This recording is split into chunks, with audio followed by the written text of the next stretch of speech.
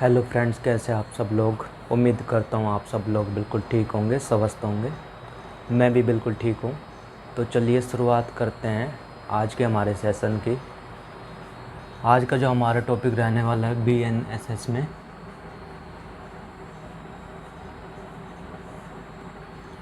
आज हम जानेंगे friends inherent powers of high court.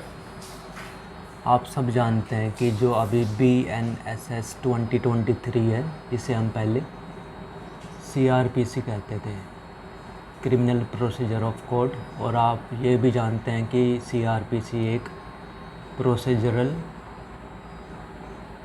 Law है। इसको प्रोसीजरल लॉ क्यों कहते हैं? क्योंकि फ्रेंड्स इसमें सारे प्रोसीजर्स मेंशन होते हैं, सारे प्रोसीजर्स मेंशन होते हैं कि कौन से ऑफेंस में कौन सा प्रोसीजर अप्लाई होगा और कैसे अप्लाई होगा। तो इसको प्रोसीजरल लॉ कहते हैं। और बात करें हमारे IPC, इंडियन पिनल कोड, या BNS, भारतीय न्याय संहिता 2023, तो ये होता है एक सब्सटेंटिव लॉ।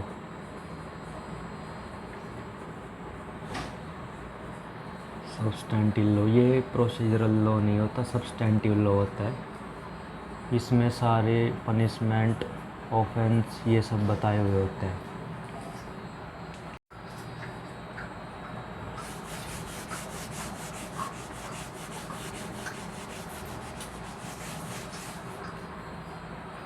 तो चलिए फ्रेंड्स, शुरुआत करते हैं हमारे टॉपिक की। आज का जो हमारा टॉपिक है उसका नाम है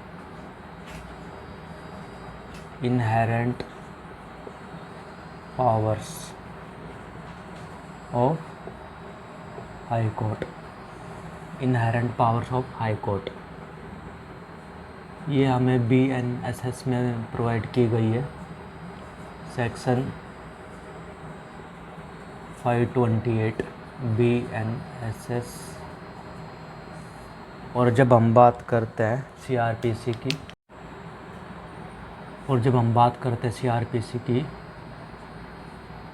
तो ये पहले था सेक्शन 482 CRPC में। Inherent powers of high court.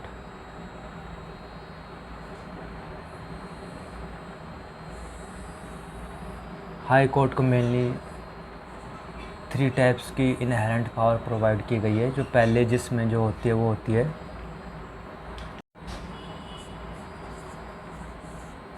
To give effect to any order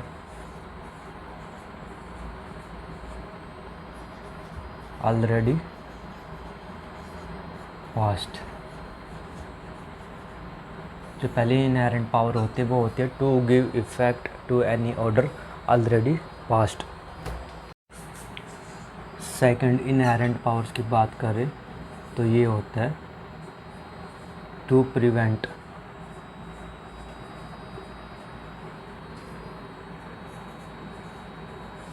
any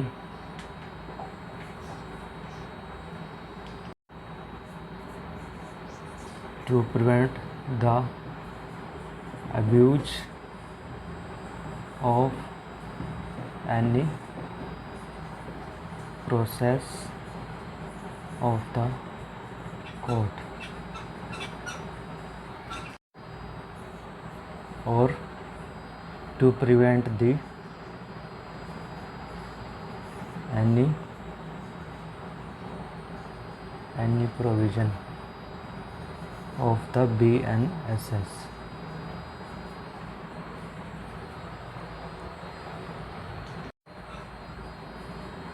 जब बात करते हैं थर्ड इनहेरेंट पावर्स की, तो ये होती है टू सिक्योर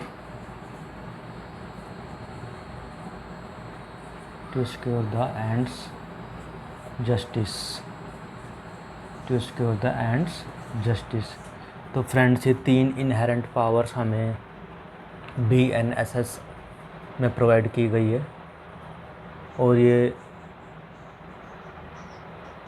तीनों इनहेरेंट पावर्स का आज हम जानेंगे।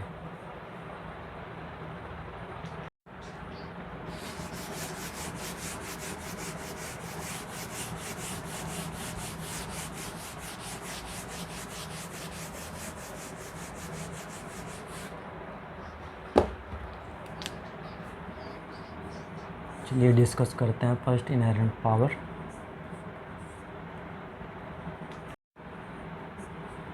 To give effect to any order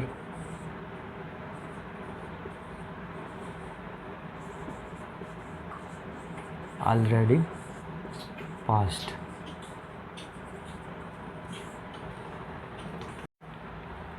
तो पहली इनहेरेंट पावर्स की जब बात करते हैं तो ये होती है to give effect to any order already passed. इसमें क्या होता है, सपोज एक मैजिस्ट्रेट साहब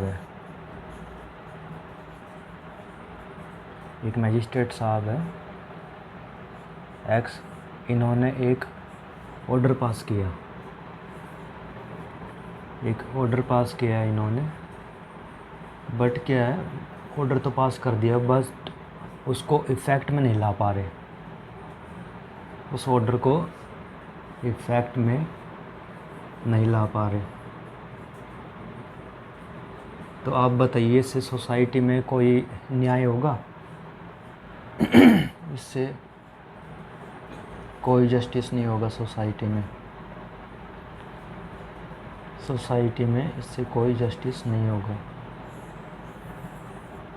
तो इस केस में क्या करेंगे, इस केस में फिर हम हाई कोर्ट में एक एप्लीकेशन डाल लेंगे कि साहब, मैजिस्ट्रेट साहब ने एक ऑर्डर पास किया था बट वो इफ़ेक्टिव नहीं हो पा रहा। तो इसमें हाई कोर्ट क्या करेगी, अपनी इनहेरेंट पावर्स का यूज करते हुए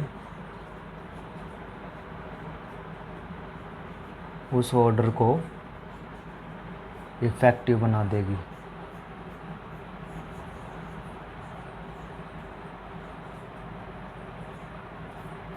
तो फ्रेंड्स, ये first inherent powers of high court है।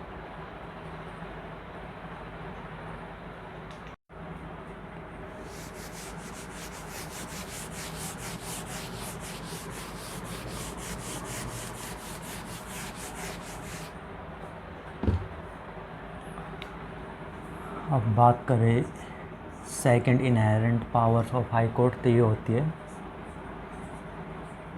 To prevent the abuse of any process of the court या to prevent any provision of the BNSS 2023। इसमें क्या होता है फ्रेंड्स, सपोज करिए कोई कोर्ट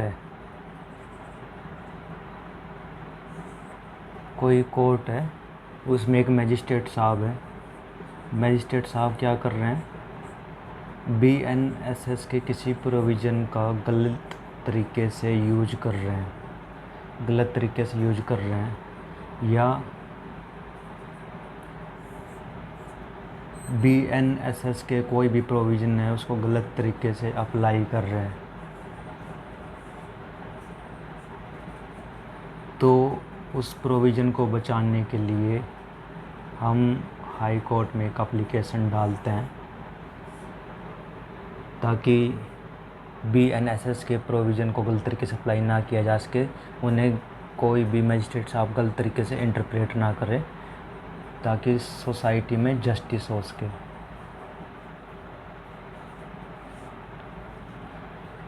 तो ये हमारा second inherent powers of the high court होती है।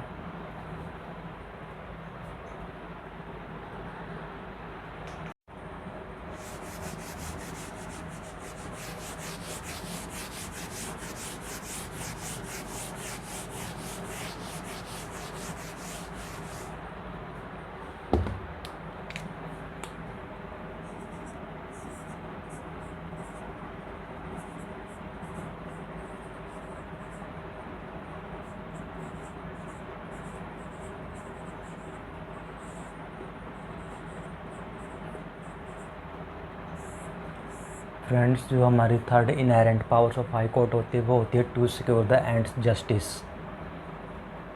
ये एक रेजिडुअरी प्रोविज़न होता है। रेजिडुअरी प्रोविज़न, रेजिडुअरी का मतलब होता है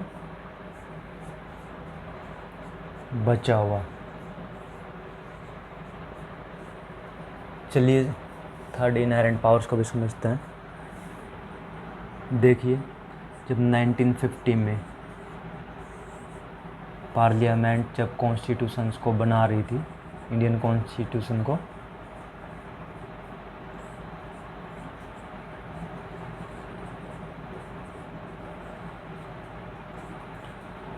जब 1950 में जब पार्लियामेंट हमारे इंडियन कॉन्स्टिट्यूशन को बना रही थी, तो उस टाइम क्या हमें पता था कि आगे चल के हमें ट्रांसजेंडर के लिए भी लॉ बनाने पड़ेंगे, या फिर उन्हें कुछ पता था कि सोसाइटी में आगे जाके क्या क्या घपले हो सकते हैं।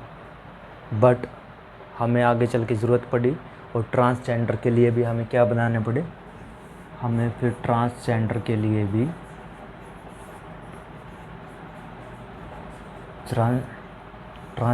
के लिए भी हमें फिर आगे लॉ बनाने पड़े, ताकि उनके इंटरेस्ट को, उनके राइट्स को प्रोटेक्ट किया जा सके।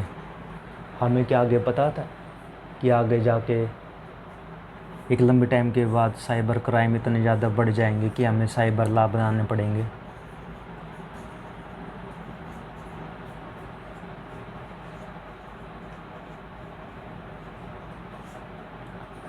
हमें नहीं भी पता फ्रेंड कि आगे चल के किस किस टाइप के लॉ बनाने पड़ सकते हैं, तो इसलिए इसे कहते हैं रेजिडुअरी प्रोविज़न, यानी कि बचा हुआ प्रोविज़न, कि जैसे जैसे हमें नीड पड़ती जाएगी आगे फ्यूचर में उस टाइप के, उससे रिलेटेड प्रोटेक्ट करने के लिए सोसाइटी को हम आगे चल के अपने नए लॉ बना सकते हैं।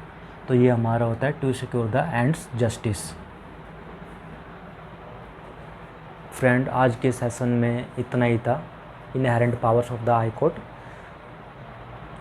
तो चलिए मिलते हैं नेक्स्ट टाइम, तब तक के लिए take care, ta ta, bye bye, stay safe, stay healthy, please keep supporting me, please like, share, subscribe my channel.